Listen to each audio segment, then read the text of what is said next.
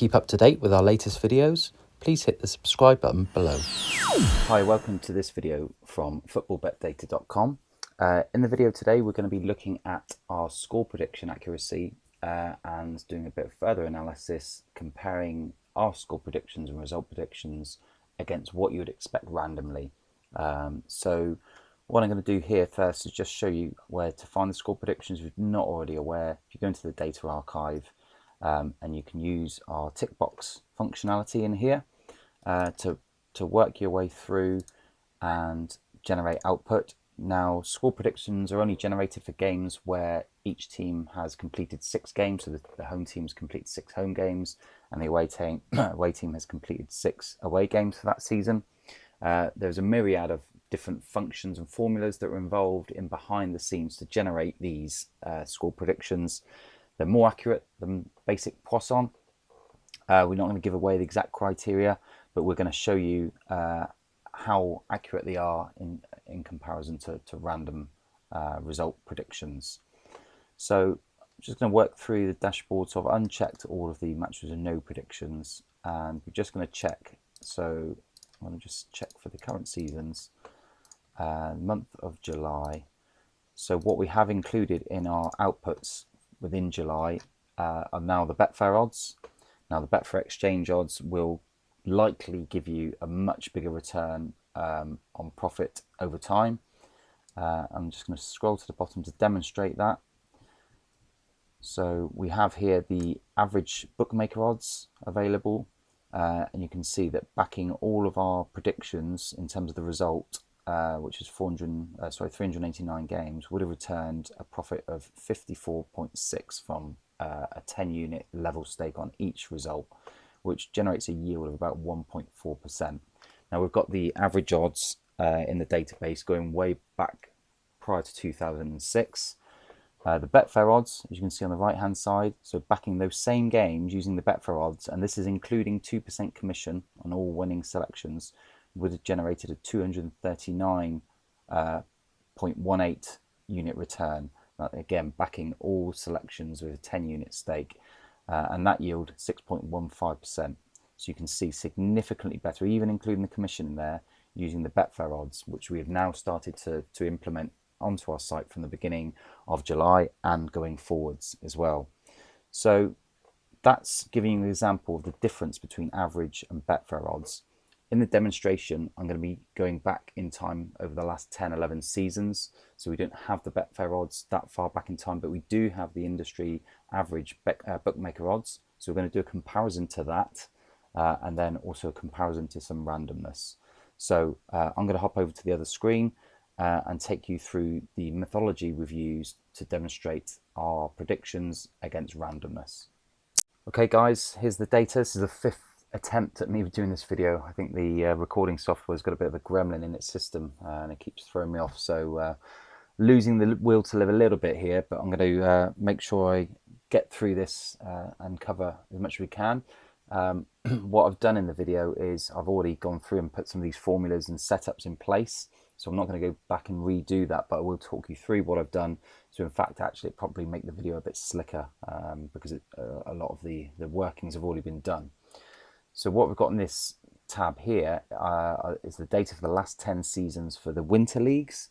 Now what I'm defining as winter leagues are the leagues that start around July, August, September and run over the winter months in the Northern Hemisphere. Okay, so we've got all the data for the last 10 seasons, going back to the 12-13 season. And then what I've done is I've created this pivot table already. So across the top, we've got 9 seasons. So I've excluded last season, which is the 21-22 season. But I've got the previous 9 seasons in there and all of the results, the score lines that happen for all those games and the frequency or the occurrence rate as a percentage. Now you can create these quite easily in a pivot table. If you go to the value and show value, it says percentage of column total. So that will get you the percentage of each score line as it happened. So we've got 9 seasons worth, so built up a significant amount of data, and then the overall average. So you can see for a 0-0, the likelihood across the last 9 seasons for those leagues is 7.95%. Now what I've done to generate a random range of numbers is I've multiplied that by 10,000. so that gives 795. So what I've done is assign any value between 0 and 795 to 0, and then anything between 795 and 1574 to 1, etc., etc. Obviously, with some of these very unlikely scores, they're not generated more than one number. So the remote chance of those happening, is a 1 in 9 season occurrence. They haven't been given a big enough range, really. But for all the other more likely scorelines, they all have a range assigned to them. And then what I can do is generate a refresh of the page, and it assigns a random number to each game. And from that random number, it can do a lookup, and it gets assigned with a random scoreline prediction for that game. Okay. And what we're doing with this data, we're looking to compare our score predictions against random score predictions with a bit of intelligence in there. So it's not just going to be a random score where everything's weighted the same. We've applied a weighting based on previous occurrences for these same leagues. So in this tab here, we have the 21-22 data, which, as I said, is excluded from this pivot table, but it's in this separate tab. Now I've excluded all the games without predictions, so our predictions kick in once a team has played 6 home games and the away team has played 6 away games. That's deemed suitable amount of data to generate a statistical score prediction. There are other factors, including the dynamic of the league, the head-to-heads with weightings applied. It's a lot cleverer than Poisson predictions, our score predictions. We give too much away. But we've filtered out any games that didn't have predictions, so we're just left with the ones that did from last season. And on the right hand side, I've added these columns. So we've generated a random score prediction here, as you can see, 0-0, and it then takes the score, so the home team score, which is 0, the away team score, which is 0, the formula applied here, and then the result outcome. So you can see here that that was predicted to be a draw, and actually was a draw. So it would have been deemed a profitable prediction. You see here that the score in this game was actually 0-0. So these returns are all done, as are our predicted returns, against average bookmaker odds. Okay, so going back, this data covers the past 10 years. We didn't have the Betfair exchange prices in the database going that far back. We're going to start building those up now from the beginning of July 2022. So we're analysing against average bookmaker odds. Okay, so if we were using Betfair, the likelihood was the profits would be higher or the losses would be lower. But it's not really what we're looking at here. We're looking to compare our predictions against random predictions. Okay, with some sort of intelligence built in there. So that's how the predictions are generated.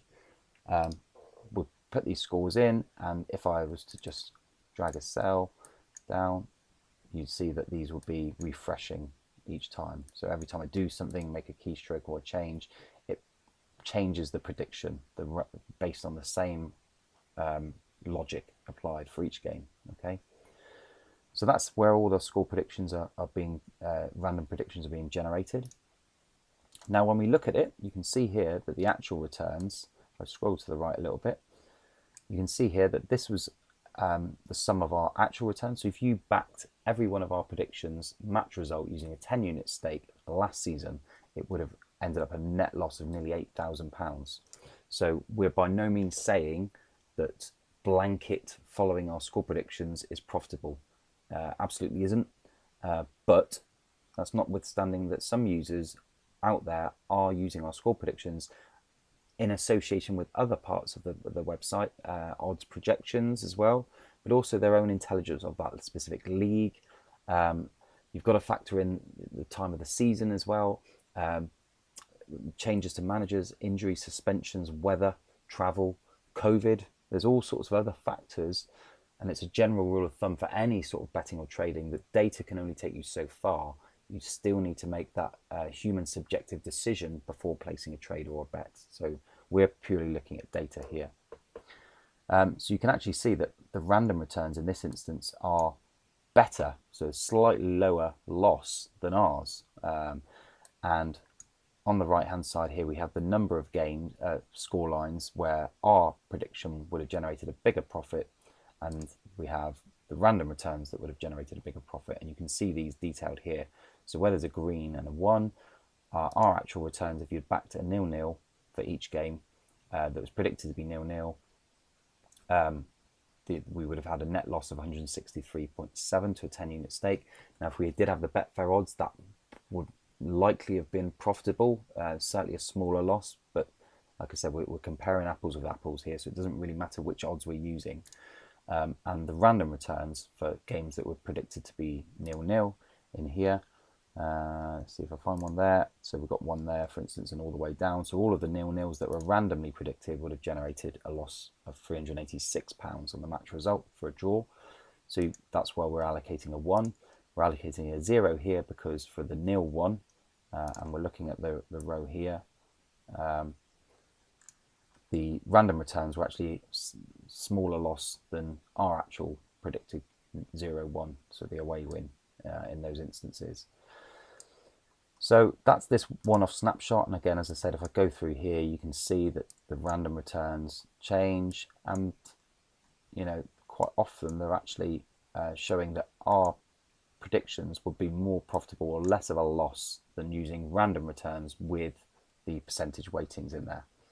Now what I've done is I've simulated 1,000 iterations of this all the way down, you can see here, and I'm now going to count up and see over 1,000 runs which is the more profitable or less loss way of doing things, how valuable are our predictions against randomness. So I'm going to say count if, what I need to do is actually put in a score here, so we need to do if this is greater than this, apply a 1, if not 0, and we can scroll that all the way down. So these are all fixed, and we can do count if, we could use a count if, that is 1, and then we can do a count if, or ifs, we could do it either way, that is 0. So you can see from 1,000 games or 1,000 simulations, 722 of them, our returns or our predictions would be more profitable or lower loss than randomness. Okay, 278 times out of the 1,000, the random returns were more profitable than our predictions. We can do the same for the individual sort of matches, if you like, matchups of predictions. So we can, if I just drag this over and look at this compared to this,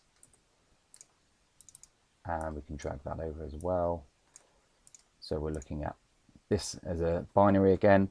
So what we're saying here is of the 1,000, 720 times the individual score predictions or match result predictions were more profitable using our predictions, 280 using the randomness.